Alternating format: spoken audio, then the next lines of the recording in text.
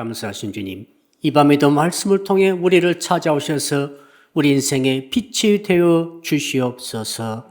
끝나는 시간까지 성령 하나님이 인도해 주실 줄로 믿사옵고 감사할 때 예수 그리스도 이름으로 기도합니다. 아멘. 자, 오늘 주시는 말씀을 찾아서 교독으로 봉독하겠습니다. 요한복음 8장 12절로 20절의 말씀입니다. 요한복음 8장 12절로 20절의 말씀을 우리가 교독으로 같이 읽도록 하겠습니다. 제가 먼저 요한복음 8장 12절의 말씀을 읽겠습니다. 예수께서 또 말씀하여 이르시되 나는 세상의 빛이니 나를 따르는 자는 어둠에 다니지 아니하고 생명의 빛을 얻으리라.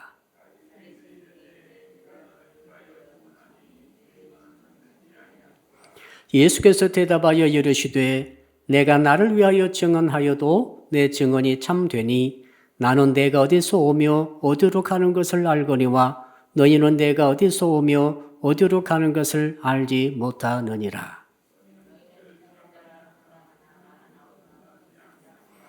만일 내가 판단하여도 내 판단이 참되니 이는 내가 혼자 있는 것이 아니요 나를 보내신 이가 나와 함께 계심이라. 내가 나를 위하여 증언하는 자가 되고 나를 보내신 아버지도 나를 위하여 증언하시느니라.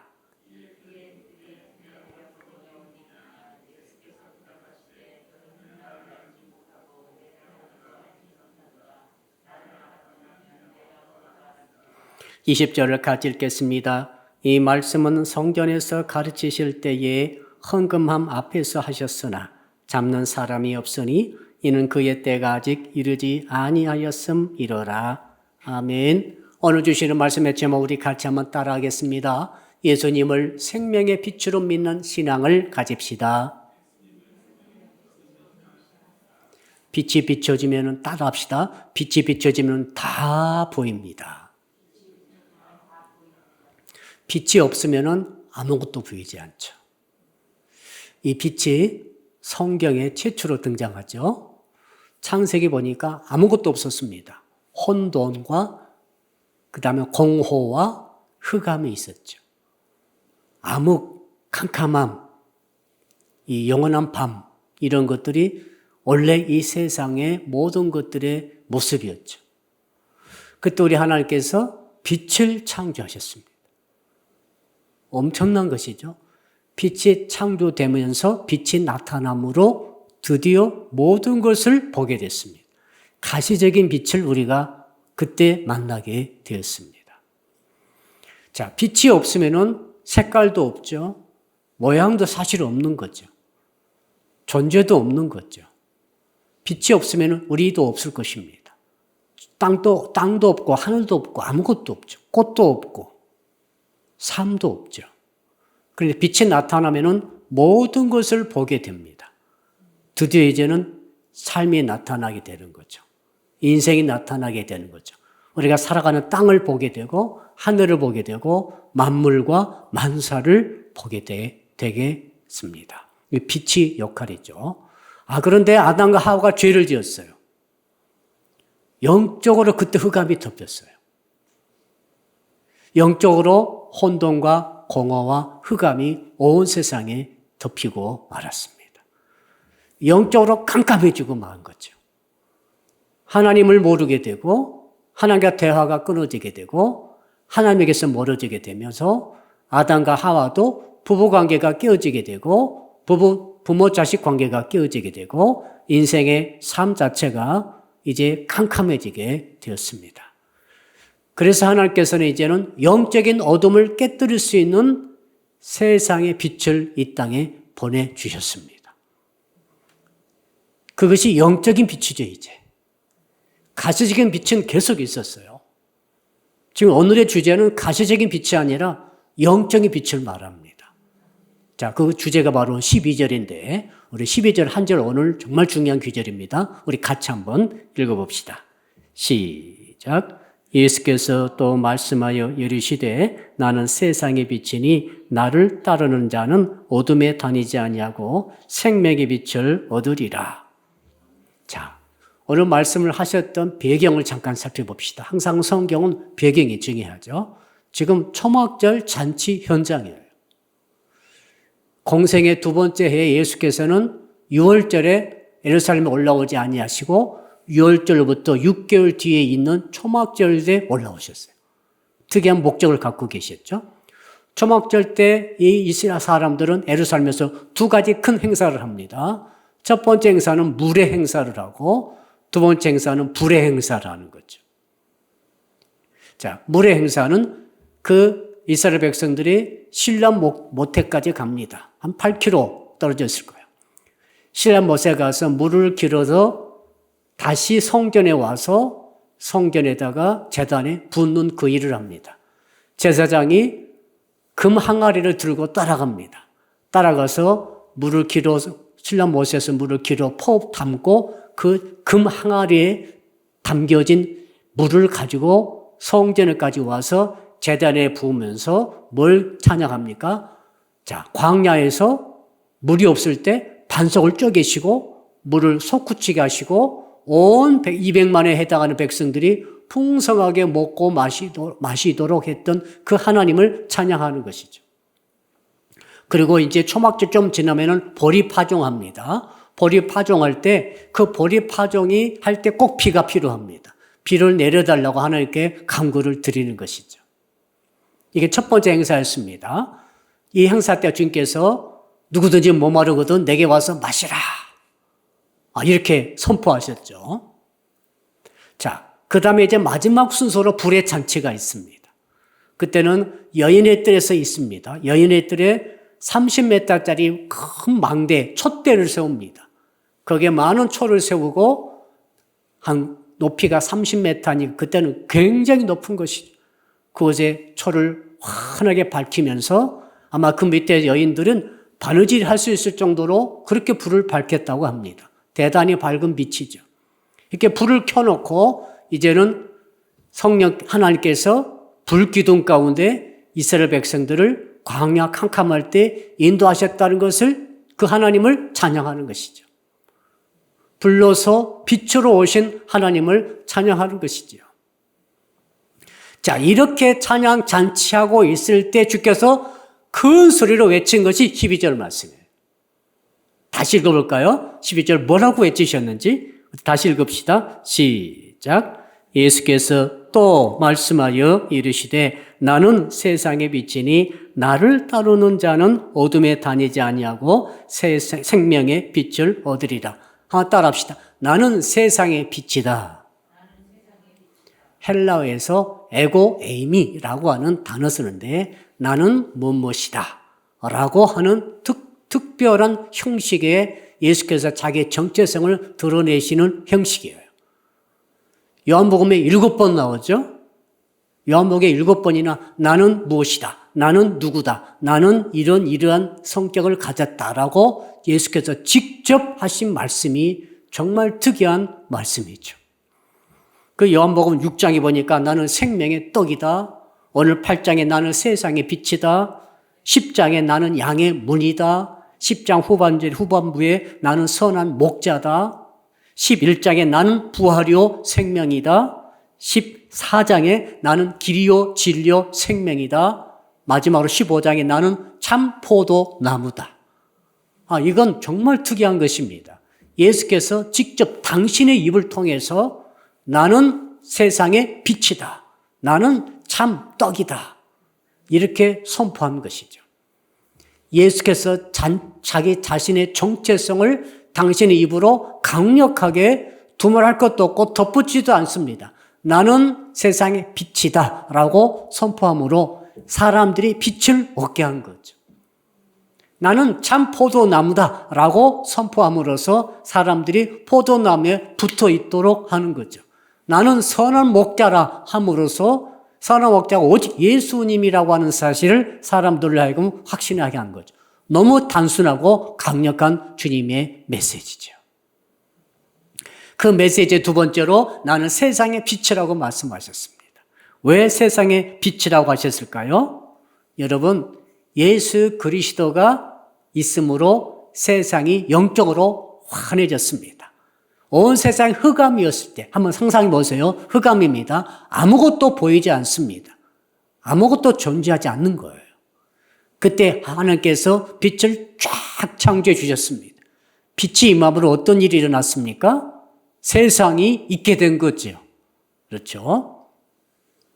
자, 그러나 영적 흑암이 왔습니다. 죄로 인해서. 그때 하나님께서 예수님을 이 땅에 보내신 거죠. 왜? 예수님은 세상의 빛이죠. 가시적인 빛이 아니고 영적인 빛입니다. 그 예수께서 오심으로 세상이 영적으로 환히 밝아진 거죠. 뭐가 진짜이고 뭐가 가짜이가 드러난 거죠. 뭐가 생명을 얻는 길이고 무엇은 죽음의 길인가가 드러난 거죠. 영적으로 말이죠. 너무너무 중요한 하나님의 말씀이죠.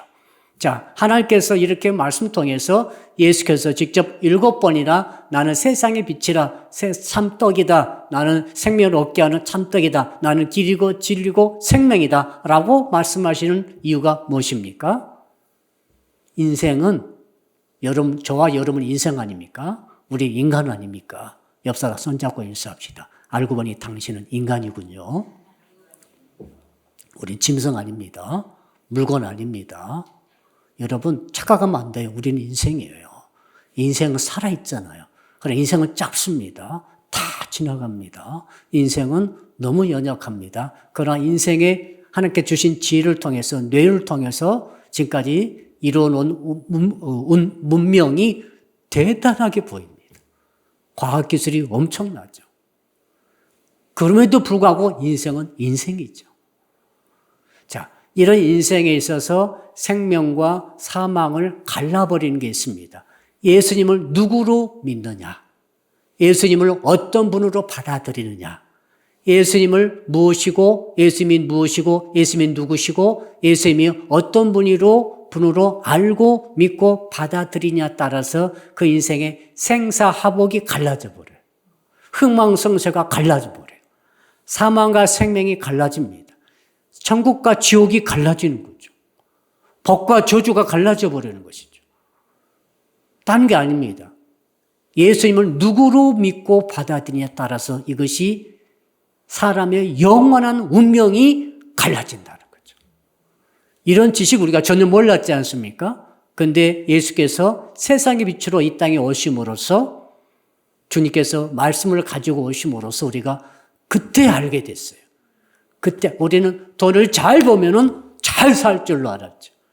건강 장수 불로초 먹으면은 진시황이 50에 죽고 말았습니다.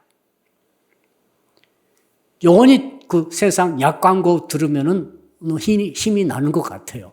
이거 먹으면은 잘 산다는 거예요. 이거 먹으면 염증이 싹 사라진다는 거죠. 방금 전에 집에서 나오는데 TV에서 그거 하더라고요. 이거 먹으면 모든 염증을 다 잡아버린대요. 그 선생님 말씀 들으면은 세상에 염증이 하나도 없어질 것 같으니까 우리가 얼마나 건강하게 되겠어요.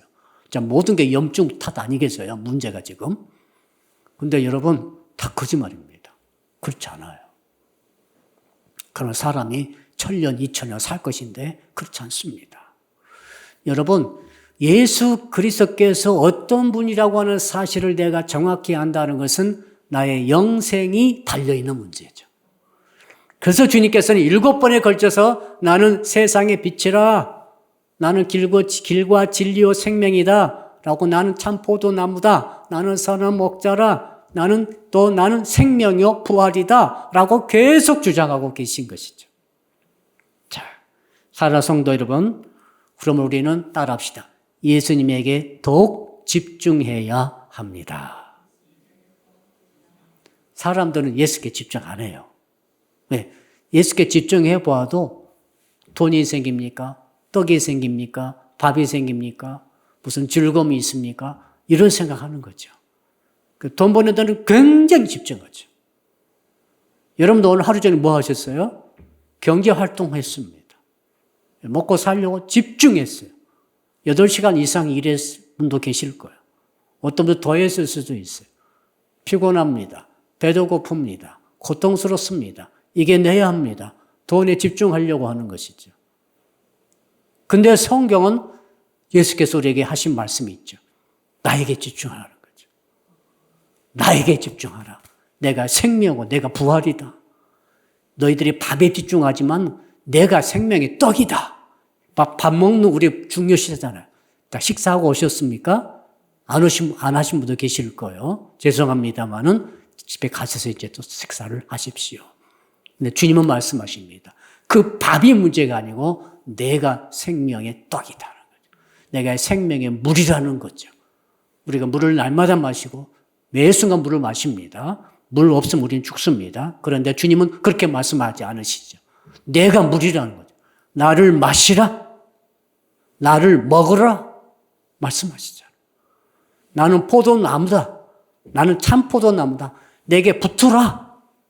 다른 게 아니라 내게 붙어라. 권력자에게 붙지 말고 권력자 붙으면 잘 될 것 같지만 그렇지 않다. 나에게 붙어야 영생을 얻는다. 이렇게 주께서 계속 말씀하지 않습니까? 예수 그리스도에게 집중할 수 있기를 주의 이름으로 축복합니다. 예수께서 이 땅에 오시기 전에는 이걸 잘 몰랐어요. 자꾸 다른 것에 율법에 붙으려고 그랬죠. 율법은 한계가 있어요. 구약시대 성도들이 율법에 붙었죠. 그래서 실패했습니다. 율법에 붙으면 실패하는 거죠. 오직 예수 그리스도에게 붙어야 영생을 얻게 되고 하나님 아버지로 만나게 되는 줄로 믿습니다. 예수께 붙어야 죄의 사함을 받는 거예요. 예수께 붙어야 지옥에 가지 않게 되는 거예요. 예수께 붙어야 영생을 얻고 천국에 갈 수 있게 되는 줄로 믿습니다. 예수께 붙어야 목마름이 없는 거예요. 예수께 붙어야 영생을 얻도록 우리가 영원한 만족, 배부름을 얻게 되는 것이죠. 예수께 붙어야 진짜 진리의 길로 우리가 살아갈 수가 있게 되겠습니다. 근데 우리는 살아가면서 집중하는 이 퍼센테이지를 보니까 이 먹는 문제에 너무 많이 집중하고 있고 세상에서 잘 사는 문제에 우리는 집중하고 있습니다. 집중하지 않을 수가 없죠. 우리가 육을 가지고 살아가야 되기 때문에 그렇습니다만은 우리 다시 한번 말씀을 보면서 말씀에서 우리 주님께서 하시는 이 진리의 말씀을 제대로 우리가 받아야 할 줄로 믿습니다. 자, 그러므로 오늘 말씀 보니까 12절 보십시다. 12절 다시 보세요. 한번 따라 합시다. 예수께서 또 말씀하여 이르시되. 또란 말 있잖아요. 예수께서 말씀하셨어요. 많이 하셨어요. 근데 또 하신다는 거예요. 제가 또 말씀하여 이르시되 이런 것 규제를 찾아봤더니 한 850번 나와요. 성경에. 성경은 하나님께서는 또 말씀하시는 하나님이시다. 말씀하셨어도 또 말씀하시고 또 말씀하시고 계속이죠. 계속 하는 거예요. 또 말씀하시는 거예요. 귀가 아파도 또 말씀하시는 거죠. 하나님께서도 그렇게 또 말씀하시죠. 창세기 또 보면 하나님께서 계속 말씀하세요. 첫날 뭘 창조하시고 둘째 날 뭘 창조하시고 여섯째 날 일곱째 날 안식하시고 다 끝나네 했더니 계속 하십니다. 창세기, 출애굽기, 레위기, 민수기, 신명기 그다음에 수사 룻 해가지고 쭉 이제 역사서 시가서까지 말라기까지 계속 말씀하시더니 이제는 세상에 빛이신 예수님을 이 땅에 보내셔가지고 예수님으로부터 계속 말씀하시는데 자 하나님 아버지께서도 또 말씀하시더니 예수께서도 또 말씀하시고 지금 또 말씀하시고 그러더니 예수께서 승천하신 다음에는 성령이 오셔서 성령께서도 또 말씀하시고 아멘. 자 성령께서 죄의 종들과 선지자들과 사도들 속에 들어가셔서 또 말씀하시고 이 시대에는 이제는 하나님의 종들과 설교자들을 세우셔서 또 말씀하시고 왜 그 또 말씀하시겠어요? 말씀 속에서 사람의 영생이 결정되기 때문에 그렇습니다. 말씀 속에 다 들어있는 거죠. 영혼의 문제, 육신의 문제. 자, 우리가 말씀 속에서 영생 얻고 천국 가고 구원 얻는 모든 길이 말씀 속에 들어있다. 뿐만 아니라 이 땅에 살 때 기도 응답받고 복을 누리며 저주를 물리치고 마귀를 이기고 세상적으로 이길 수 있는 모든 것들이 말씀 속에 들어있다. 그러므로 우리가 예수께 집중하자고 그러는데 예수께 집중한다는 것은 뭡니까? 예수께서 하신 말씀에 집중하는 거죠. 이번에 성지순례 갔더니 제가 뭘 많이 봤다고 그랬죠? 돌 기둥을 많이 보고 왔어요. 어떤 선교사님 자녀가 선교사와 더불어서 이제 성지순례를 계속 갔대요. 아마 그 가까운 곳에 계셨던 것 같아요. 그 아들이 뭐라고 초등학교 이제 한 2, 3학년 되는데 아버지 이제는 돌 구경 좀 그만하면 좋겠어. 되게 이제 관광 가면은 경치 좋은 곳에 가서 또 이렇게 호텔 머물면서 또 이렇게 또 풍광이 좋아야 되잖아요. 근데 이 성지순례는 풍광 문제가 아니고 돌멩이만 찾아다니는 거죠. 그러니까 돌 구경 좀 그만하자고. 그러니까 어떤 눈으로 보느냐에 따라서 완전히 달라지는 것 같아요. 자, 예수께서는 이 땅에 계셔야 안 계세요? 안 계십니다. 예수님 안 계시잖아요. 예수님의 성의 있다고 예수께서 십자가에 달려 돌아가실 때 입었던 그 옷을 어떤 곳에 보관하고 있대요. 아마 그것이 진짜인지 아닌지는 모르겠어요. 또 이렇게 쭉 성지순례 하다 보니까 사도 바울이 남겼던 것, 살았던 어떤 집, 사도 바울의 생가터가 있더라고요. 그거 사도 바울의 그 다소의 우물이 있어요. 진짜 사도 바울이 그걸 썼는지 안 썼는지는 모르겠으나 아무튼 그렇게 전달되려 내려온 모든 유물들이 그것들이 참 이제 돌로 된 것만 남아가지고 그 돌을 보고 다니는 거죠. 의미는 있겠다고 생각합니다만은 그런데 주께서는 그렇게 말씀하지 아니하셨어요. 성경 보니까 예수께서 마지막 성천하실 때 딛고 서 있던 돌을 보라. 이런 말씀 없잖아요. 없죠? 자, 주께서는 뭐라고 하십니까? 주님은 옷도 남기지 아니하시고 당신은 십자가 나무 조각 남기지 않았어요. 그런 게 중요한 게 아니야.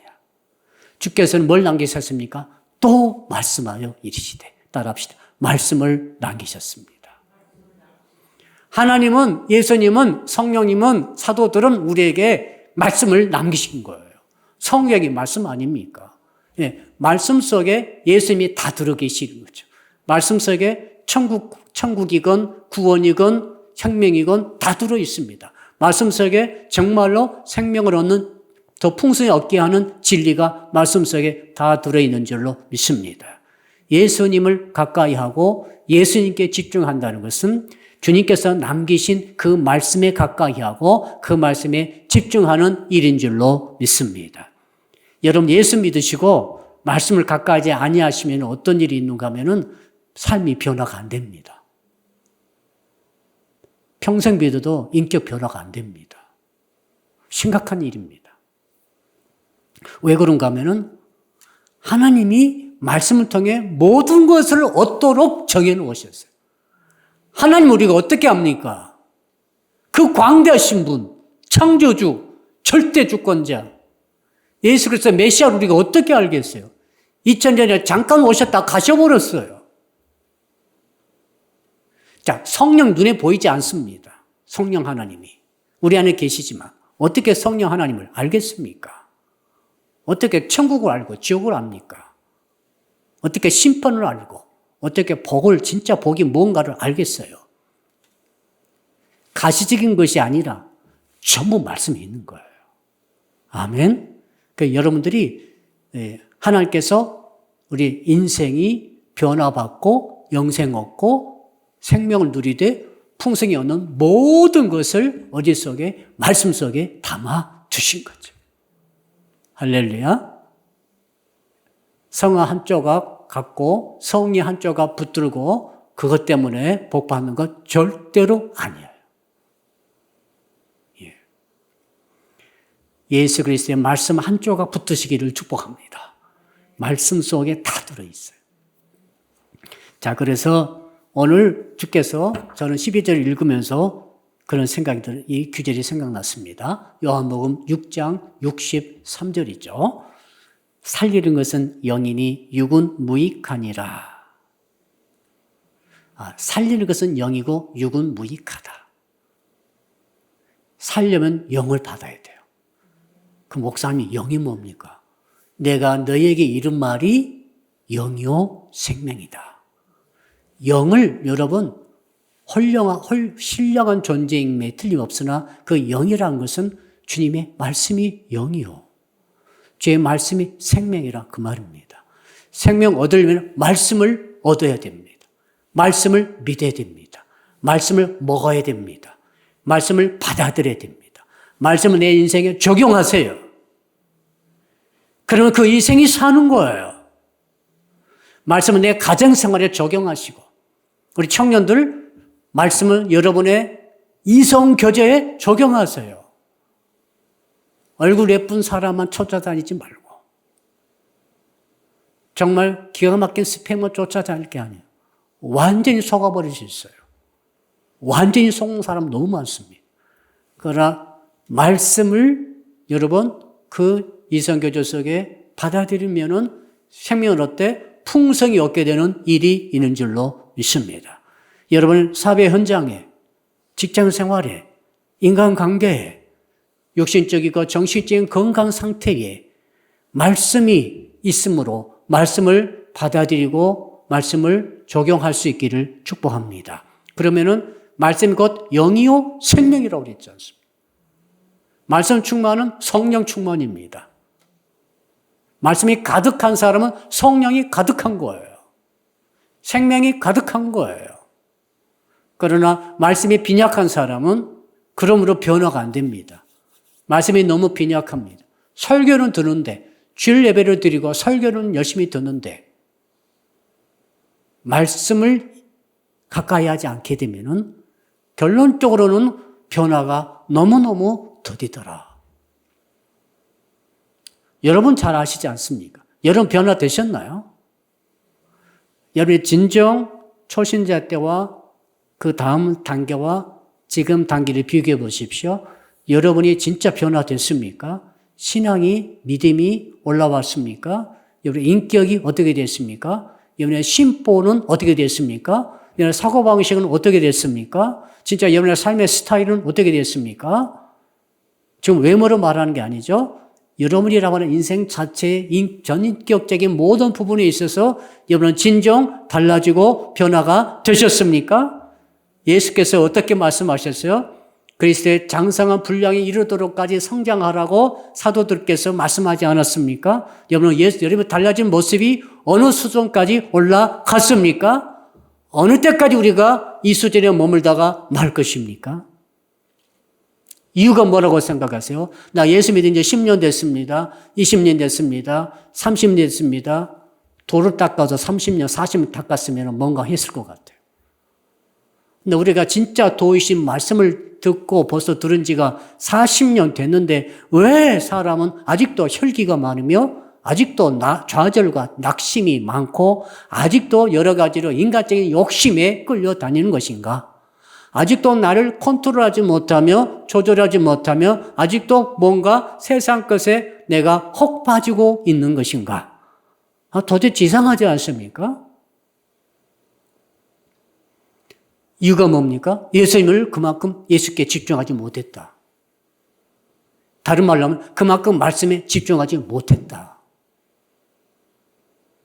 말씀을 읽고 자, 어떻게 하면 말씀에 집중할 것인가? 따라합시다. 어떻게 하면 말씀에 집중할 수 있습니까? 여러분이 말씀에 집중하는 정도가 그 수준이 여러분의 변화되는 수준이 될 것입니다. 예. 그래서 일단은 말씀에 집중하려면 말씀을 읽어야 되죠. 가장 기본적인 기본 말씀을 읽는 것이죠. 말씀을 읽으셔야 됩니다. 이 뭘 뜻하는 건 통독을 말하는 거죠. 자, 평생 예수 믿었는데 통독을 몇 번 했는가? 통독을 하지 않는 분도 계시고 몇 번 구태에 세지 않는 분도 계시지만은 세는 분도 계시더라고요. 그럼 통독을 10독 했습니다. 20독 했습니다. 평생 1독 했습니다. 어떤 분은 한 80% 이상은 한 번도 안 읽었어요. 성경을 예수 믿고 1독 한 번도 안 했어요. 그리고 한 번도 않고 죽을 것입니다. 하나님 믿고 예수님 주라고 고백하면서 성령 받았다고 하면서 봉사도 하고 예배도 드리고 기도도 하는데 이 하나님의 말씀을 한 번도 안 읽었는데 천국 갔다 합시다. 갈 수 있을까요? 자, 그런 게 이게 문제가 되는 거예요. 이렇게까지 성경을 가까이 하지 않고 말씀을 가까이 하지 않으면서 어떻게 예수님을 가까이 한다라고 말할 수 있을 것인가? 우리의 문제지요. 그래서 본격적으로 성경을 읽으셔야 된다 이거죠. 일 삼아서 읽어야 된다. 그리고 돈 벌러 갈 때 1시간 열심히 일하면 일당 시급 받죠? 10,000원 받습니다. 쉬운 게 아니죠. 땀나고 어려워요. 그래서 또 우리 청년들 말 들어보니까 지옥의 알바가 있다. 거기는 가지 말아라. 거기 지옥의 알바다. 이렇게 하면서 말을 합니다. 정말 쉽지 않아요. 여러분, 근데 우리는 성경 읽는 데에 우리가 시간을 투자해야 한다. 아멘 좀 하십시오. 아멘. 시간 투자해야 합니다. 그래서 성경 통독을 우리는 다 할 줄 알고 있었더니 결과적으로는 교회에서 강조하지 아니하므로 성경을 별로 읽지 않고 있어서 성도들이 하나님으로부터 가까이 가지 못하고 멀어지는 것처럼 느껴진다. 성경 통독자들 날마다 하루도 빠지지 않고 일정한 분량의 성경을 꾸준히 계속해서 읽어가는 사람들의 공통점은 뭐냐면 목사님 성경을 계속 읽었더니 내가 하나님께 더 가까이 간 것 같다는 거예요. 하나님께 더욱더 가까이 간 것 같다고 내가 느낀다는 거죠. 하나님이 가까이 계신 것을 느끼십니까? 어떻게 느낍니까? 환상을 봐야 됩니까? 애언을 들어야 됩니까? 예배드리고 설교를 드려야 됩니까? 다 맞는 말, 다 부부적으로 맞습니다만 가장 중요한 것은 성경을 날마다 정한 분량 이상으로 날마다 읽어가야 되는 거죠. 그분들 공통적인 간증이 그겁니다. 성경 통독 이후로 가장 달라진 것은 내 마음 안에 내가 느끼기를 내가 하나님께 더욱더 가까이 가게 되었다는 거죠. 하나님을 가까이 계신 것으로 느낀다는 것은 큰 거예요. 작은 게 아니죠.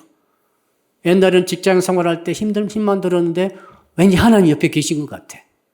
힘들 때 죽을 것 같아. 위험한 일을 당했어. 운전하다가 위험한 일을 당했어. 하나님이 가까이 계신 것 같아요. 가정에서, 개인적으로, 육체적으로, 관계 속에서 많은 우여곡절을 우리가 겪고 있지 않습니까? 하나님이 가까이 계신 것보다 더 큰 힘이 어디 있겠어요? 무슨 일을 딱 맞닥뜨렸어요. 자신감이 나도 모르게 힘이 생겼어요. 하나님이 가까이 계신 것이 느껴졌어요. 통독의 힘이죠.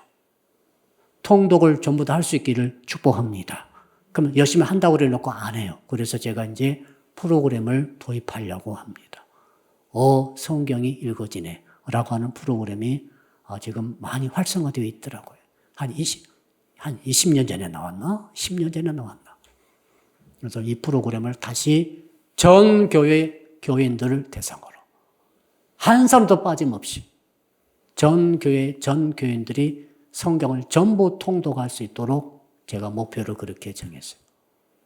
옆 사람 손잡고 인사합시다. 옆 사람 바라보세요. 당신은 성경을 통독하십니다. 이제는 아주 성경 안 읽은 사람은 사람의 교인이 아니에요. 성경을 안 읽으니까 성도들이 점점 하나님으로부터 멀어지고 교회로부터 멀어진다는 생각이 들었어요. 큰일 났구나. 반드시 성경을 읽게 해야 되겠다. 그래서 6개월에 한 1독 할 수 있도록 정말 속도가 느리신 분들은 1년에 1독 그리고 정상적인 사람은 1년에 2독은 해야 한다. 부지런한 사람, 시간 좀 있으신 분들은 1년에 3독 할 수 있다. 제가 이제 프로그램을 제시해 주면 여러분 따라오시면 됩니다. 거기 들어오셔가지고 따라가다 보면은 자동적으로 이제는 조를 짜가지고 날마다 체크할 거예요. 그렇게 좀 여러분을 제가 괴롭히려고 합니다. 왜요? 말씀을 가까이 해야 하나님을 가까이 하는 것이고, 말씀을 가까이 해야 예수님을 가까이 하는 것이고, 예수님이 인생의 모든 것의 중심 아닙니까? 예수께서 세상의 빛이라고 하시지 않습니까? 어떻게 또 말씀을 우리가 집중합니까? 따라합시다. 말씀을 들어야 합니다. 자, 말씀을 읽고 두 번째 말씀을 듣는 거죠. 말씀을 듣는다는 것은 설교를 듣는 거예요. 지난주도 설교 들었고 지난주 수요일 날은 사모님께서 하셨죠? 말씀 잘 들으셨습니까? 어떤 말씀 제목을 하셨습니까? 사모님께서? 기억하고 계십니까? 자, 그럼 오늘 또 목사가 이제 또 말씀하시죠? 그럼 수요일 날, 금요일 날, 주일 날 계속해서 또 아침 기도 하신 분은 아침 기도 또 혼자 큐티니까 자, 말씀을 계속 듣고 또 들어야 됩니다. 이건 주님의 방법이세요. 하나님의 방법이에요. 전능하신 하나님 그렇게 하라고 하셨지 않습니까? 계속해서 말하고 듣고 들으라고 하나님이 구약 시대 때부터 계속 말씀하시고 오늘 예수님께서 또 이르시되 또 말씀하여 이르시되 또 주께서 계속 반복해서 말씀하지 않습니까? 그러니까 하나님께서 왜 그렇게 하셨겠어요? 한 번 듣고 은혜가 됐다고 해서 말씀 안 듣고 말씀 듣는 것을 게을리하게 되면 그만큼 멀어지는 거죠. 왜 우리가 수요 예배 나옵니까? 왜 나오죠? 너무 수요 예배 안 나오십니다, 지금. 그렇죠? 코로나가 물러간 지 언제인데 왜 이렇게 수요 예배 안 나오십니까? 생각해 보셔야 돼요. 자, 수요 예배 나왔던 분들이 안 나오신 분들은 이 시간 깊이 생각하셔야 돼요. 지금 수요 예배 나왔다 안 나오신 분들은 하나님부터 멀어진 것입니다. 안 들었잖아요. 안 듣잖아요. 그럼 유튜브로 듣습니까? 온라인 통해 들을 수도 있습니다. 안 듣는 것보다는 낫겠지만 그러나 현장에 나와서 듣는 것과 많은 차이가 있는 것은 사실이에요. 어쩔 수 없으니까 우리 코로나 때 온라인 통해 한 것이지 이제 온라인이 풀렸어요. 마스크 안 껴도 됩니다. 여러분 마스크 끼고 계시지만은 안 껴도 되는 거예요, 이제는. 저도 선교 순례할 때 해외 나가봤더니 무슨 마스크를 낍니까? 아무도 안 껴요. 한국 사람은 열심히 끼고 다니다가 나중에는 나도 모르게 다 벗었어요. 해외 나가면은 유럽 사람들은 마스크 한 사람도 안 껴요. 그리고 그 의료 종사자라든지 공공기관 꼭 끼어야 될 사람만 딱 끼고 있더라고요. 자, 그러니까 한국 사람은 열심히 끼고 가다가 다 벗는 거죠, 이제. 왜? 병 걸린 것처럼 생각한다는 거예요. 아, 저 사람 무슨 바이러스 걸린 사람인 거라고 생각하니까 더 기분 나쁘게 대하는 거죠. 마스크 다 벗어버렸어요. 아무렇지도 않아요. 정말 아무렇지도 않아요, 지금. 그게 중요한 게 아니라 왜 예배를 안 나오는 거지? 왜 수요 금요를 안 나오는 건가? 악한 버릇이 들어버린 거죠. 안 나오다 보니까, 집에 있다 보니까 더 게을러질 수밖에 없다. 사정상 그럴 수 있다고 저는 생각합니다. 그러나 오늘 말씀에 딱 비춰보니까 깨닫게 됐어요. 아, 말씀을 한 번도 안 들으면 안 들은 만큼 하나님부터 멀어지는 거죠. 이거 어쩔 수가 없어요. 하나님이 멀어지게 느껴져 버린다면, 만약 하나님께서 여러분 인생에서 멀어지게 된다면 여러분의 인생은 끝장나는 거예요. 하나님이 가까이 느껴져야 돼요. 가까이. 하나님 가까이 계시다고 생각이 돼야 된다고. 느껴지고 그런 감동이 와야 된다는 거죠, 지금. 인생은 많은 문제가 계속 생기고 있을 거예요. 좋은 일들이 있고 안 좋은 일이 있을 것입니다. 그러나 모든 일들이 중요한 것은 하나님이 가까이 계시는 거가 중요한 거예요. 좋은 일이든 안 좋은 일이든 하나님이 가까이 계시다는 것은 엄청난 자산이죠. 근데 예배 한 번 안 나오고 두 번 안 나오고 수예배 안 나오고 이런저런 말하고 핑계, 변명 다 할 수 있습니다. 타당합니다. 다 인정할 수 있습니다. 그럼에도 불구하고 여러분이 예배 참석률이 지금 떨어지고 있고 주일만 참석하고 있는 분들, 금요 수요 안 나오고 있고 우리는 새벽 기도 대신 아침 기도하지 않습니까? 할 수 있는 분들은 어찌하든지 시간 되는 아침에도 나와서 들으셔야 되는 거예요. 그럼으로써 하나님께 가까이 가는 거고 하나님이 가까이 오시는 것이죠. 지금 이것을 말씀에 집중하는 방법을 하고 주께서 우리에게 말씀하고 있습니다. 세 번째로 따라합시다. 말씀에 집중하려면 말씀을 생각함으로 집중해야 합니다. 생각이 너무 중요해요. 인생의 수준은 생각의 수준이죠. 자, 생각 속에 거룩한 생각, 고상한 생각, 멋진 생각, 사랑의 생각, 애정의 생각, 평안의 생각, 좋은 생각 많이 있죠. 그 사람 인생이 좋아지고 그 인생이 평안해지고 그 인생이 고상해지고 저는 멋진 사람 되기를 축복합니다. 여러분 정말 매력이 있는 사람 되시기를 축복합니다. 어떻게 하면 매력 있는 생각하세요. 매력 있는 생각, 매력 있는 사람이 있어요. 외모가 아니에요. 사람이 됨됨이가 멋있어요. 고려하고 배려하고 사랑해주고 정을 쏟아주고 뭔가 자기 희생적이고 뭔가 앞장서주고 이 모든 게 매력인데요. 자, 이런 사람이 있으면은 여러분 나도 모르게 가까이 가고 싶을 거예요. 근데 반대도 있죠. 사람이 더럽고 생각이 더럽고 행동이 더럽고 말이 더러워. 냄새가 나는 것 같아요. 욕심투성이야. 자기 앞만 챙겨. 그렇게 욕심 할 수가 없어. 그 생각 속에 늘 그거 탐욕스러운 생각을 하는 거죠. 생각의 수준이 그 인생의 수준이 되는 것이죠. 여러분, 그러므로 지금 문제를 많이 생각하시지만은 지금부터는 문제보다 말씀을 많이 생각하기를 축복합니다. 문제는 어차피 많아요. 그리고 문제는 복음이 아닙니다. 문제이지. 문제는 복음이 아니에요. 주께서는 문제를 묵상하라고 말씀하지 않으세요. 주께서는 말씀을 묵상하라고 하세요. 문제와 문제 해결에 아무 도움이 안 될 것 같은 말씀을 주께서는 계속 묵상하라, 묵상하라, 묵상하라고 명령하고 있죠. 왜 하나님이 그렇게 하시겠어요? 말씀을 묵상하면은 말씀이 내 것이 되는 거지. 말씀 속에 들어있는 모든 영양가, 모든 종류의 복, 은혜, 승리, 능력, 말씀 속에 담겨져 있는 성령의 권능, 악한 사단마귀 귀신의 역사가 쫓겨날 수밖에 없는 성령의 권능이 어디 들어있습니까? 말씀 속에 다 들어있고 그 말씀을 내가 묵상하고 품고 생각하고 잠자기 전에 말씀을 생각하고 자고 깨어나자마자 말씀을 생각하고 잠이 안 오면 말씀을 생각하고 잠이 안 오면은 그냥 TV로 들어가가지고 쏙 빠져버리지 말고 말씀을 생각하고 걱정스럽고 두려운 일이 생겼을 때 어떻게 하십니까? 말씀을 생각하시라고. 부정적인 일이 생겼을 때 부정적 생각하면 생각해서 마음이 부정적이 되죠. 죽을 것 같아요. 두려워지고 염려, 걱정, 의심이 누르고 그럴 때 주께서 뭐라고 하십니까? 아무것도 염려하지 말고 그러니까 말씀을 생각하라는 거죠. 염려거리 생각하지 말고 말씀을 생각하라.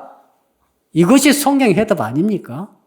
그러니까 우리가 어떻게 말씀에 집중하는가 하면은 말씀을 읽을 것이고 말씀을 들을 것이고 말씀을 생각해야 됩니다. 이게 뭡니까? 큐티 아닙니까? 묵상 아닙니까?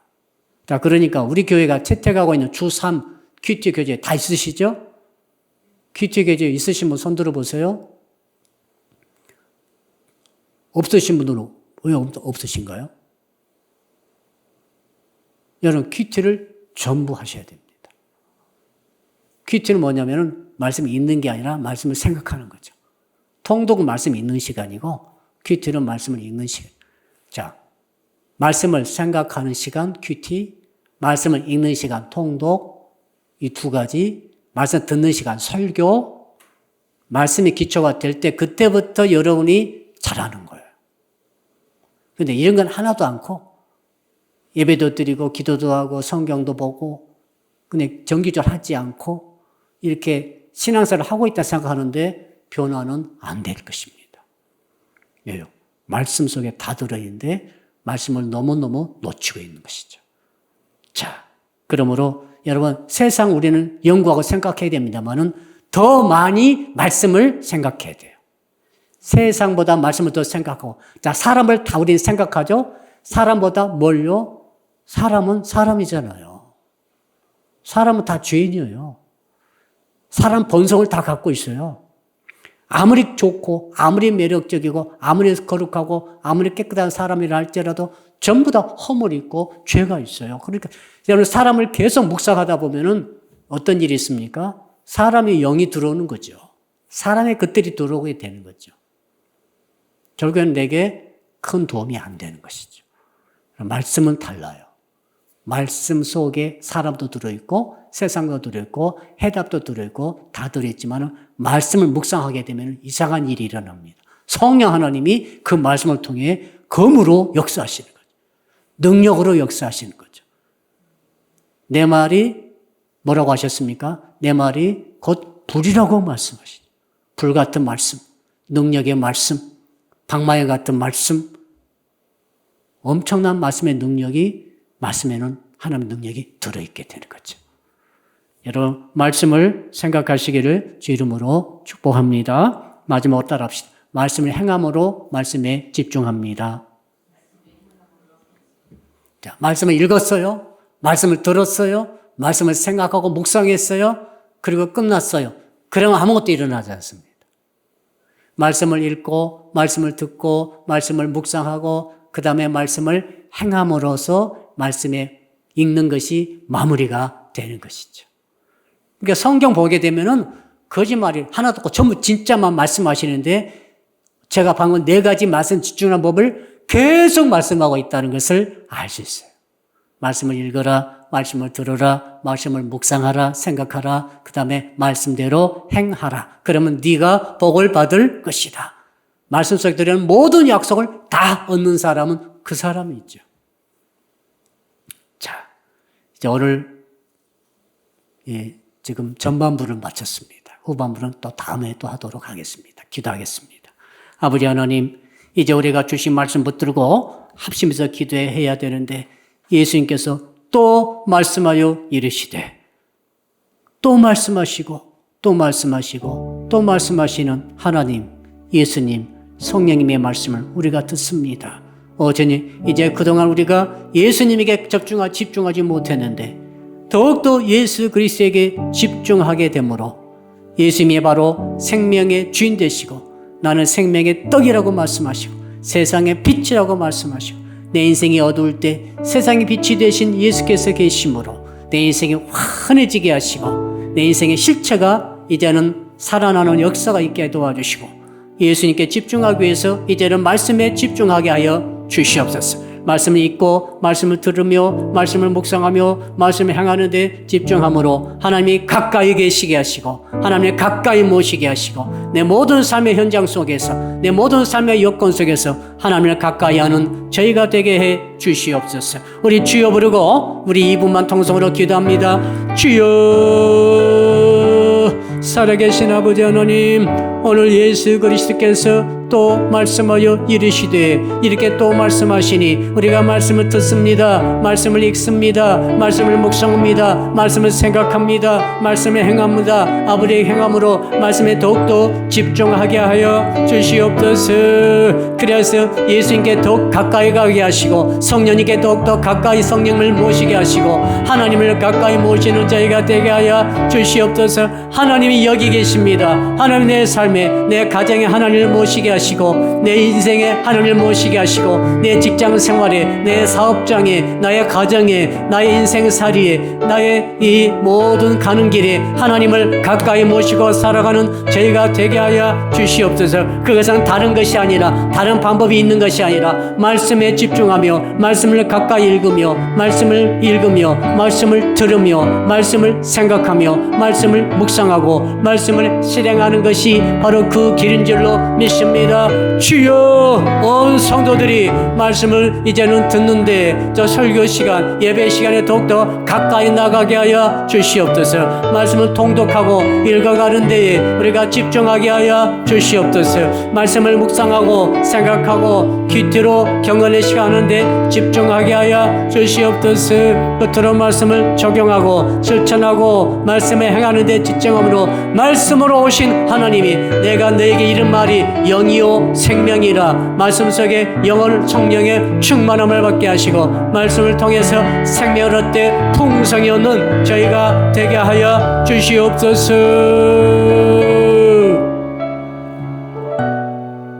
이 시간 특별히 몸이 아프신 분들이 많이 계셔서 집중해서 기도하겠습니다.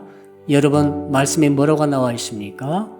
너는 내게 부르짖으라 내가 내게 응답하겠고 병든 자에게 손을 얹은즉 나으리라.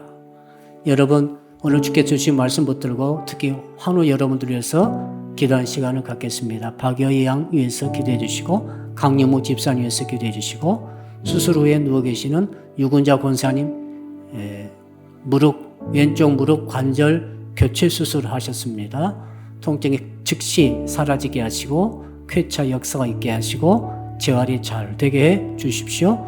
또 김유순 권사님 무주외반증 양쪽 발 수술 받으시고 바깥 출입 못 하시는 가운데 지금 치료 중에 있습니다.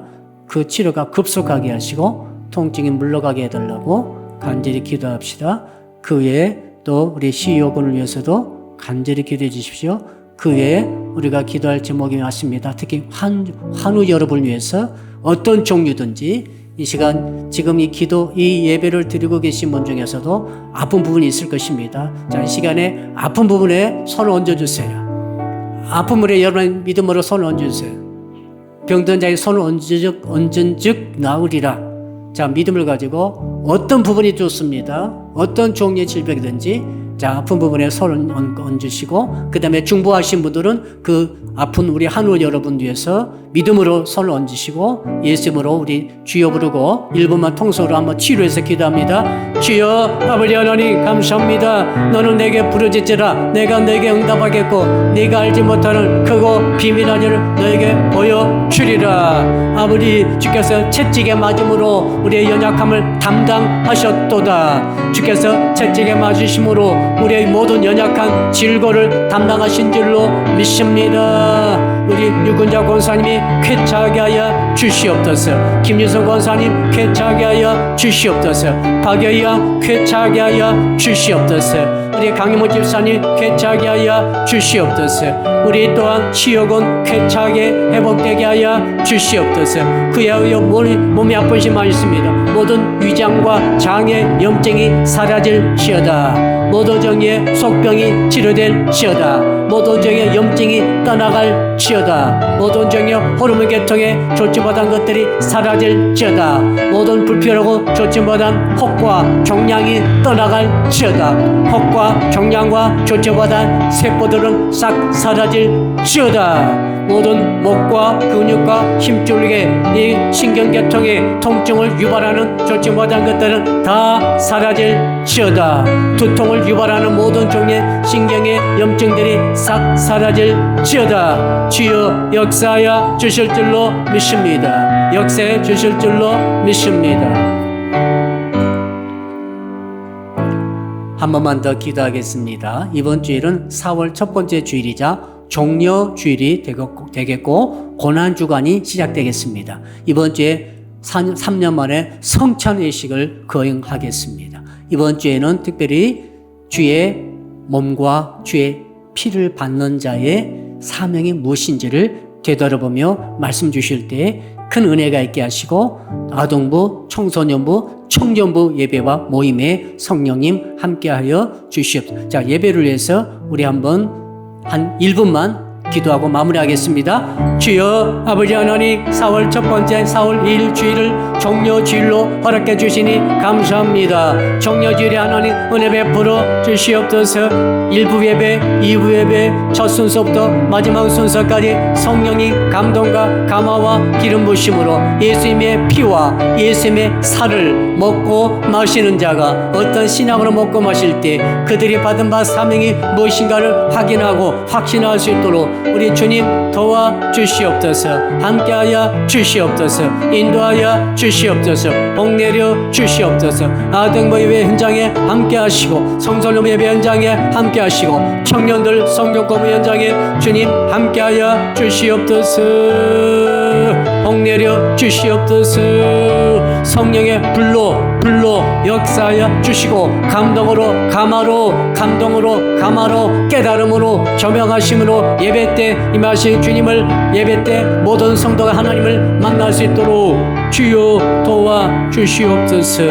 감사합니다. 예수 그리스도 이름으로 기도합니다. 아멘. 하늘에 계신 우리 아버지, 아버지의 이름을 거룩하게 하시며 아버지의 나라가 오게 하시며 아버지의 뜻이 하늘에서와 같이 땅에서도 이루어지게 하소서.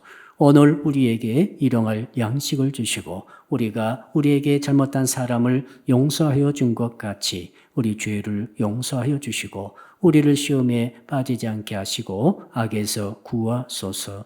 나라와 권능과 영광이 영원히 아버지의 것입니다. 아멘.